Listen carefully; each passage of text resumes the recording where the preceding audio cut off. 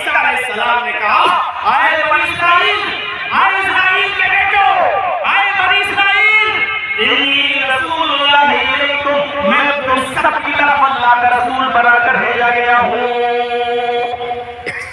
इन्नी रसूलुल्लाह इलैकुम, मैं तुम्हारी तरफ अल्लाह का रसूल बनाकर भेजा गया हूँ। मुसद्दिक़न लिमा बैन यदैया मिनत तौरात, मुझसे पहले जो किताब नाज़िल हुई तौरात, मैं उसकी तस्दीक करता हूँ कि वो आसमानी किताब थी। व मुबश्शिरन बिरसूलिन याती मिन बअदि इस्मुहु अहमद, और मेरे बाद जो नबी आएंगे मैं उनकी बशारत, मैं उनकी गुड न्यूज़, मैं उनका शुभ समाचार तुम्हें देता हूँ, मैं उस रसूल की खुशखबरी तुम्हें सुनाता हूँ। किसकी? जो मेरे बाद आएंगे। मुबश्शिरन बिरसूलिन याती मिन बअदि इस्मुहु अहमद, उनका नाम अहमद होगा। लीजिए क्या कहा, उनका नाम अहमद होगा। अल्लाह के रसूल के कई नाम थे, एक नाम मोहम्मद भी था और एक नाम अहमद। और खुद अल्लाह के नबी ने फरमाया, इन्ना लिल अस्मान अना मुहम्मद व अना अहमद व अना अल-महदी यहुल्लाहु बिल-कुफ़्र व अना अल-आशिर युहशरु नास व अना क़दीम यौम अल-क़ियामह व अना अल-आखिर वल आखिर अल्लज़ी लैसा बअदहु नबिय्युन रवाहु मुस्लिम के किताब फ़ज़ाइल। मेरे भाई शरीफ की है जो मैंने आपके सामने पढ़ी है, इस हदीस के अंदर अल्लाह के नबी अपने नाम बतला रहे हैं। फरमाते हैं मेरे बहुत से नाम हैं, उन नामों में एक नाम मेरा मोहम्मद है, अना मोहम्मद, एक नाम मेरा अहमद है, वो अना अहमद, एक नाम मेरा अहमद भी है, वो अना माही, एक नाम मेरा माही भी है, माही गुनाहों को मिटाने वाला, वो अना हाशिर, एक नाम मेरा हाशिर भी है, जमा करने वाला। क़यामत के दिन तमाम लोग मेरे झंडे के नीचे जमा होंगे, मेरे झंडे तले जमा हो जाएंगे, इकट्ठे हो जाएंगे। मेरा एक नाम आकिब है, आकिब का माना बाद में लास्ट में आने वाला। आपने फरमाया अना आकिब, मेरा एक नाम आकिब है, और आकिब उसको कहते हैं अल्लज़ी लैसा बअदहु नबिय्युन, जिसके बाद कोई दूसरा नबी नहीं आए। अल्लाह के नबी ने 5 नाम तो हमने यहाँ बताए, अहमद, मोहम्मद, अहमद, माही, आशिर, आकिब। मेरे भाइयों ऐसे ये 5 नाम हमारे हिंदू भाइयों की किताबों में भी आए हैं। जहाँ तक मोहम्मद का ताल्लुक है तो मोहम्मद शब्द के साथ आया है। अज्ञान हेतु मोह मनाधिकारम नाशम विधाय भीतरो दयतेका, अज्ञान हेतु मोह मनाधिकारम नाशम, जहालत को खत्म करने वाला जिसका नाम मोहम्मद होगा वो इस धरती पर जन्म लेगा। मोह मनाधिकारम नाशम, मोहम्मद के आने के बाद अंधेरा मिट जाएगा। मोह मनाधिकारम नाशम, मोहम्मद आएंगे तो अंधेरे को नाश कर देंगे, अंधेरे को खत्म कर देंगे। मोह मनाधिकारम नाशम, उनका नाम मोहम्मद होगा जिसके आने के बाद अंधेरा मिट जाएगा।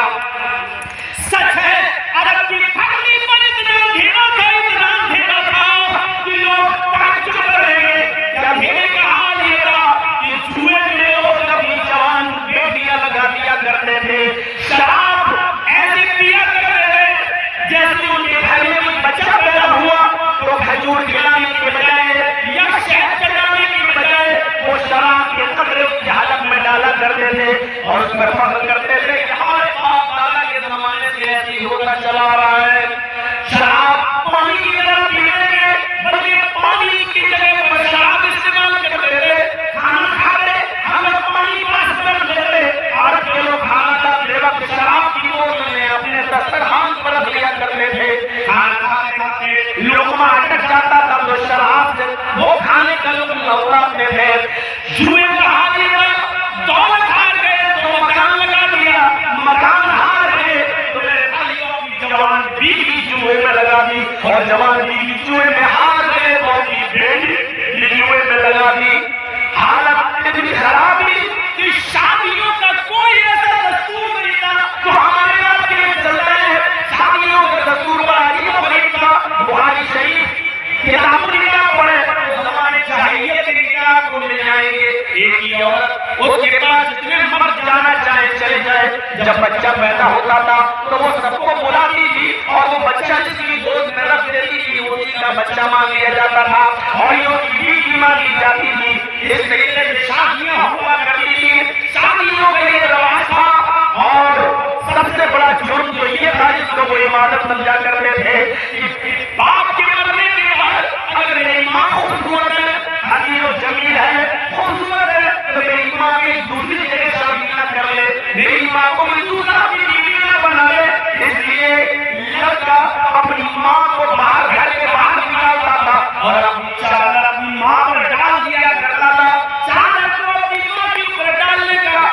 मतलब ये हुआ करता था कि बेटा ऐलान कर रहा है कि लोगों, मेरी माँ बेवा हो चुकी है, बाप मर चुका है, मैंने अपनी माँ पर चादर डाल दी है।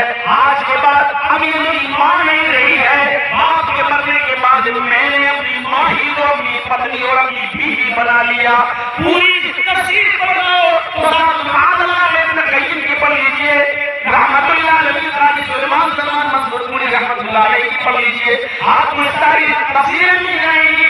इतना अंधेरा था कि अरब के अंदर कोई लड़की जब पैदा होती थी तो 4 साल पालने पोसने के बाद उसी लड़की को जंगल मेले के बहाने ले जाया जाता था और फिर जगह उसी जंगल में पहले से खुदा रहता था।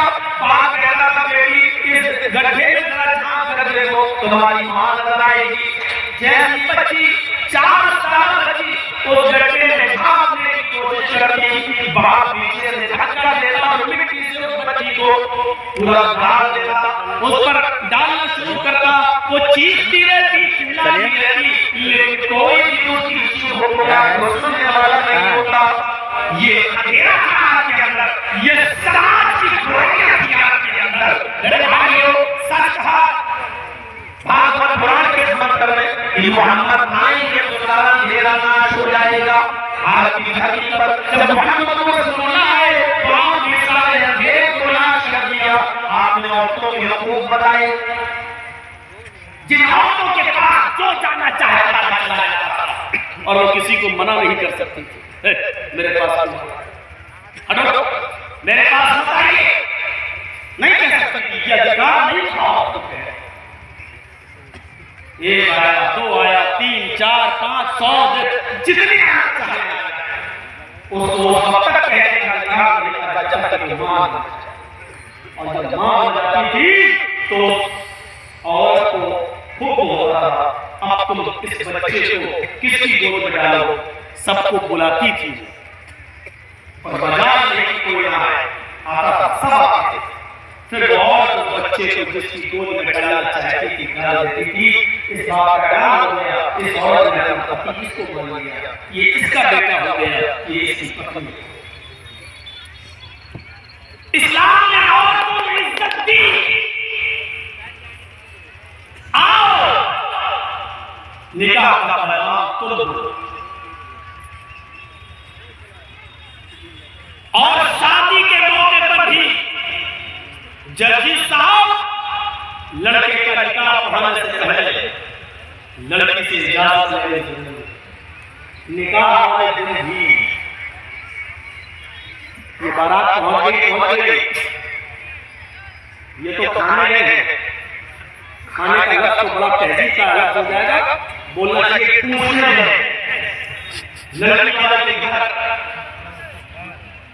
जहां नहीं जाना चाहिए था इनको, ये जाओ। लेकिन ऐसे मौके पर भी लड़के के निकाह पढ़ाने से पहले लड़की से पूछो वो तैयार है या नहीं, इजाजत दे है या नहीं। अगर वो इजाजत देती है तो